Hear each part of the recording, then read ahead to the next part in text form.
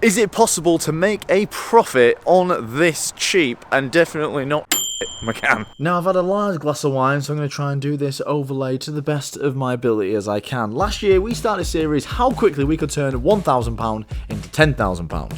Now we actually bought this borer which needed a gearbox, so we bought it for £500 and we spent £205 fixing it, and we actually sold that car for £1,350. Now that left us with £1,625 to carry over to the next build, so we bought this Megane for £1,000. In the last video we stripped down the Megane to see exactly what we needed, and we also managed to fix quite a few things for absolutely no cost whatsoever. But there's still loads to fix on this car, and we only have £625 to fix it and get it back on the road. So, let's get cracking.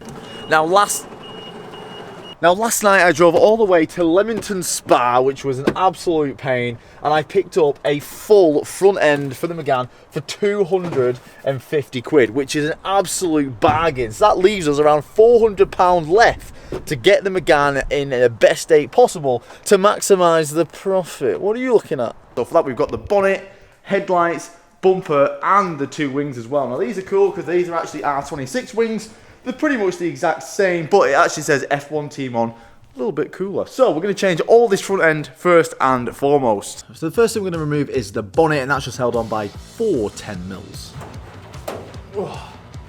The next thing we need to do is take off both the wings. Now it's held on by 10mm and there's a bunch along the top. There's actually a bunch along the side which are a bit of a faff, and there's actually some hiding under this little plastic bit here. Should be coming off. 10mm here, look. Underneath this. Look at that. Go on, Nicky. You're not fucking scared, are you? Nah. Am I going insane? So if you've ever seen a naked 225, this is one right here. I was actually considering keeping the panels which aren't ruined and maybe trying selling them, but they're that cheap, I honestly don't even know if it's worth it. And now it's time for the pain in the ass job of installing the front wings. Trying to get these to line up can be a nightmare. Now I was initially a little bit worried last night when I picked these parts up, so I wasn't 100% sure if they were the same paint code. Now, Ash, the guy I bought them off, he was pretty adamant that they were, but he said a different number. I thought the paint code was numbers, and he gave me letters, so I was looking at the wrong things. Obviously, he knows what he's talking about. He said to me, is it a phase 1 or a phase 2? I said, I'm not quite sure. I know I've had a Megane, but I'm not actually quite honest. He looked at the pictures, and first of all, he said, that's a phase 2. And also, second of all, he said he's actually owned this car, and he was the person before the person who sold it to Michael Shoeblacker, who then crashed it. And he said he actually drove this car for 3,500 on the motorway, and he said it almost killed him because of how rattly the thing was inside. And he also said that the person he bought it off put a lot of money into this car, and that's why he initially bought it. So honestly, the Megane world is absolutely crazy. Now putting the panels up, obviously these ones are a lot cleaner than my Megane, but the only two black colours that they come in is deep black on the phase 1s and black gold on the phase 2s. So he was saying that this is definitely a phase 2 and it is definitely a black gold, but just to actually put them up next to each other, you can actually shine a light and you can see that they both have the gold fleck. So this is a black gold and it is perfectly the same paint colour, which, woo! Now I know I didn't look like it on that clip, but I've actually given the panel a wipe down and you can tell it's the same. So I've got both of the wings on. This side was a little bit more difficult than the other side, and I'm not as happy with the gap on this side, but you're not going to notice. It's pretty much perfect now. It just took me ages of faffing around. The other side of the gap is much better, but annoying, there's a little tiny bit of a dent in this side of the door. I'm not going to fix that, it's really not worth it, but this gap is a lot smoother all the way down. So we can actually put the headlights back in now, put the lights in, put the bumper on, put the bonnet on, and the front end's back together. Now this was a really scary moment because the headlight was really just not fitting in, and I just started thinking, have I for some reason got the wrong headlights? Even though it didn't make sense in my head, I was actually starting to panic. But the reason they weren't going on is because I actually had this bolt tight onto the wing and it wasn't letting the headlight sit in it. So if you're doing this yourself, make sure to bolt that last bolt down after you've got the headlight in. And after you've actually got the headlight bolted in, you can start to shape the wing around the headlight. So I've loosened the closest 3 bolts to the headlight, and I've kind of just pushed the wing in to minimize all the gaps around the headlight, making it look as smooth as possible. Now I know these headlights look absolutely gash, but I actually think it's just because they've been sat around for a while. Now if I had like a polishing pad and some compound, this would come up amazing, but I don't. I'm literally going to get a microfiber and some polish, do it by hand, and see how much they come up, because usually that makes a huge difference, and I can't remember how's going out. Now doing this with a polishing pad and some compound will make your results 10 times better, but for the time being I kind of just wanted to see what I could get it like by doing it by hand. And just one really quick pass, you can actually see a big difference. Now I don't know who in the right mind would even dream of putting a sunstrip like this on their vehicle, but for some reason somebody did, and now we've got to take it off. And now it's time to actually build the front end back up. Can be an absolute pain installing them, but luckily this is like made out of aluminium and it's really light. The worst part is trying to line the damn thing up with the bloody wings and the bumper. But after installing the washer jets, I actually got a pretty bang on fitment on each side almost the first time. So the new wings actually come with these quick release bumper things as well. Now interestingly, so they were obviously on the Megane that's given us the new parts, and the old Megane which we had, well the one that's here, also had these. Now, I feel like there's a reason most of these Meganes actually run these. I think it's because they sag over time, so a lot of people do run these. Hence, we've got 2 Meganes here, and they've both got them. So we are going to run them because obviously we don't want a big hole there. Otherwise, it's going to have to fill the hole and paint it, and that's just silly. So what I've done is instead, I've actually ordered the same things, but I've just gone black. These are about £5 on eBay, and that will it will actually help us pull the bumper up, and also it's going to not show purple or gold, because I don't really like these. I don't think they look pretty, but if they do serve a purpose, that's great. But even if we take these off, we're still going to have a big fat hole there, and we don't want that. So let's replace these coloured ones with black ones. Now these things are actually pretty good if you just want to hold your bumper up, and they're really cheap and really easy to install. I've actually got them on my E30 as well, and they're even easier to install when you don't actually have to drill any holes. So there's 4 to install in total, and there's 1 on each wing. There's also 1 on each side of the bumper. These actually work well if you have got like a track kind of car, because you can actually get the bumper off a lot quicker with these. And then we can actually put the new bumper on the car, and it's actually starting to look like a vehicle again. Never mind a spicy 225. One thing I'm a bit concerned about is there's absolutely no screws or threads anywhere. And I'm like, surely this bumper must be bolted on somewhere. I've looked at a YouTube video on how to remove them, and there's literally just pop clipped the whole way. I think there's literally a couple of bolts which are meant to bolt the inner wheel arches to the bumper. Literally 1. The whole bumper at the top is held on by pop clips, but we don't have the wheel arches anymore, so we're going to have to put in some pop clips. Hopefully I've got ones which are tight, because I'm going to be a bit worried about this thing flying off.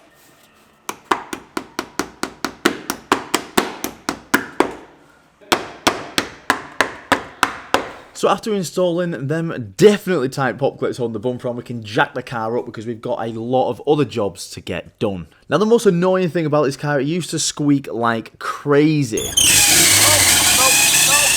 And when we had a look at the belt, not only was it really skinny, it was also super loose. So I actually got a belt which was a lot fatter, so it go around all the ribs, and also one that should be a lot tighter as well. So I've got it up and over the alternator up there, and I've just stretched it around as much as I could. But now if I get on the crank, I should be able to just spin the crank, and it should walk it round onto the belt. And that is still super loose, which doesn't make sense because it's shorter than the other belt.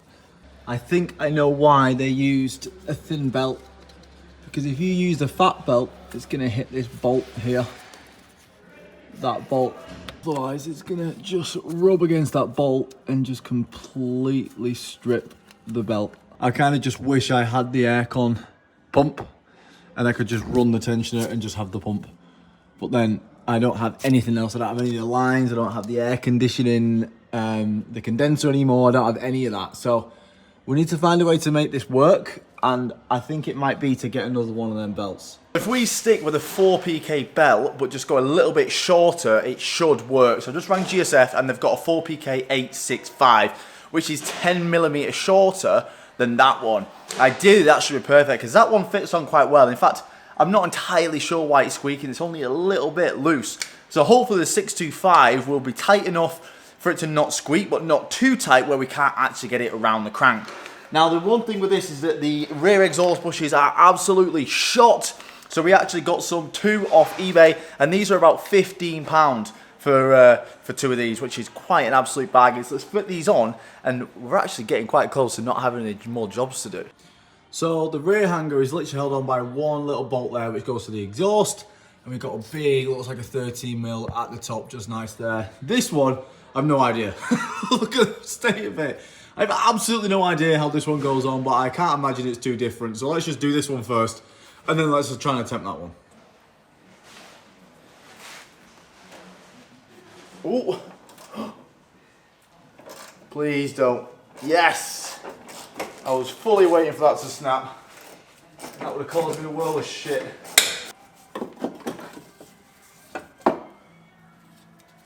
Nice. So that one was pretty simple, just replacing a couple of bolts, but this one, as you can see from my face, I have no clue how to even start this. Okay, so here's the crack. I'm not sure what this is meant to be or do or how, but this clearly is meant to bolt up here to that bolt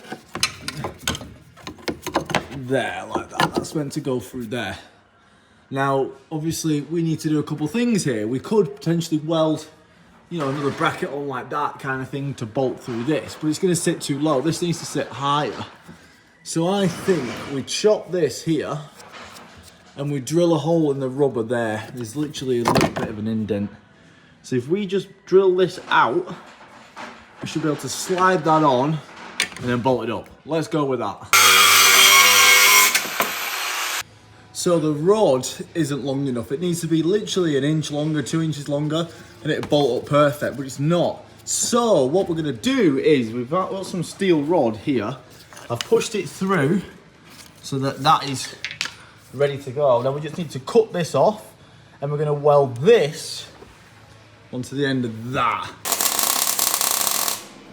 Now I did try to take the exhaust off the car so I could get a really nice strong clean weld all the way around, but the bolt was literally about to snap on the exhaust, so I just give it a go when it's on the car. I do think it's going to be strong enough, but if it isn't strong enough, the worst case is just that that right side is going to sag, so it's worth the risk, but as I said, I think it'll be strong enough. There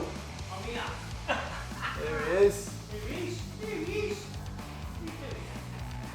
That's just made my own exhaust hanger, mate. Good job from a fucking professional fabricator slash welder, eh? Fucking well done. The grinder's out. Any excuse, Gaza. So this is what it looks like. We've actually got the hanger on there. We've nut and bolted it at the top, and this is sitting through there as well. Again, it should be strong enough. I can't see why it wouldn't be. But that is on now. Now the issue is that this never sat straight in the first place. This side was basically touching there. So we need to drop this side a little bit, I reckon.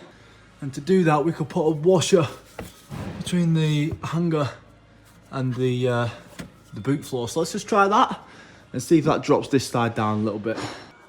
So after putting a washer and this side between the bracket and the boot floor, we've got them sitting even, which is good news. On to the next job. And just as I said that, my new belt turned up, so let's put it on and let's pray that the alternator is charging and the squeaking stopped. Whoops, forgot the wheels on. It's alright, luckily it's sat on the blocks. Right, let's see. Let's start it and see if it's squeaking, and B, if it's actually charging the alternator.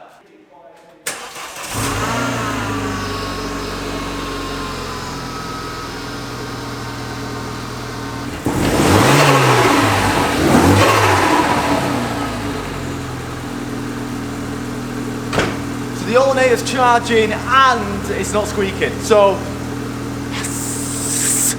Now, it is always a good idea to service a car, especially because I am planning on taking this on a track day before I actually sell it. Because I love these cars and I've not been on a track day in so long, and I think it would be good fun to send it off and just show that the car's fully working. Now, I would definitely like to service it before we go on the track day, but I've just looked underneath and it's got a brand new sump plug and a brand new sump plug washer, and I've just checked the oil and the oil is basically brand new. Now, I normally would just do it anyway because like it's good to just service the car, but we're trying to save. I've only got £300 left on the budget and I've still not put it for an MOT yet, so I am getting quite close on my budget. So I think I'm going to leave the oil and the oil filter because that saves us about 40 quid there. And I'm just going to check the spark plugs because, again, that's going to save us 20 or 30 quid on the spark plugs if they're in good nick. Now, most of my previous cars that I've been working on recently have been V8s, so it feels damn good only having to change 4 of these bar stewards. And lo and behold, they are knackered, so we definitely need some new plugs.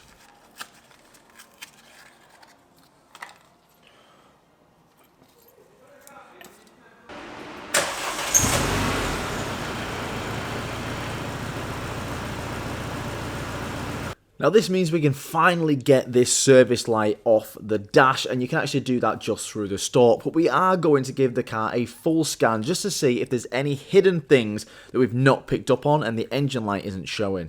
So we've got a few faults. Yeah, so driver's front airbag, so they're the 2 codes on the airbag, which is going to be the steering wheel, and for some reason the code here, which is for injection, I got a little bit worried. For some reason, it's coming up as the air conditioning, which is really weird. I thought it'd be like some kind of fuel injector problem or something. But refrigerant pressure sensor circuit voltage. I'm going to Google this just to make sure. To me, refrigerant pressure, that's air conditioning. We've not got aircon. It would make sense why this is flagging up. I'm going to Google it because I'm not sure why it's coming under injection. And after a Google, it literally means air conditioning. So no idea why it came under injection. So we've done a lot today and I'm in a bit of a position now where I can't go any further. The 2 things we need to figure out and just do before we take it for an MOT is the airbag light is on because of the steering wheel. We've got 2 options for that. We can actually just put on the original steering wheel because it's in the boot, or we can actually just put in some resistors into the airbag modules or into the airbag pins, because basically all they test in an MOT is if the airbag is on or not. If the airbag isn't on and there isn't an airbag, they can't test it. So basically all we need to do is put in a little 3 ohms resistor into the pins, and that will trick the car into thinking it's got an airbag, therefore it will pass the MOT. So I've just ordered some of them online and they'll be coming in the next few days. Now the other thing I want to do is I want to put another passenger seat in the car. I just think it will add a little bit more value to the car if it's got 2 seats in, because right now it's a little bit too hardcore. And most time people buy track cars because they want to take the mates out and stuff, and if you've just got 1 seat in, you can't do that. Now initially I wanted matching seats. I don't want to put a horrible old Megane seat in there. Again, I think it's going to bring down the value of the car. So we want matching bucket seats in the car. So I think what I'm going to do is I'm going to keep this seat and I'm going to put in the 2 seats from the E30 into here, because we've got another one upstairs. That means we've got 2 matching bucket seats, because I've only got £300 left on the budget and I can't afford to buy another one of these or another bucket seat. So my budget is really tight. So if we take these 2 bucket seats out the E30, put them in there, that gives me enough profit or enough budget to buy some seat brackets, a harness if we've not got one upstairs somewhere, and get it MOT'd. So that's the only thing left to do. So in the next video, we're going to have this car running, MOT'd and for sale. So wish us luck and we'll see you in the next video.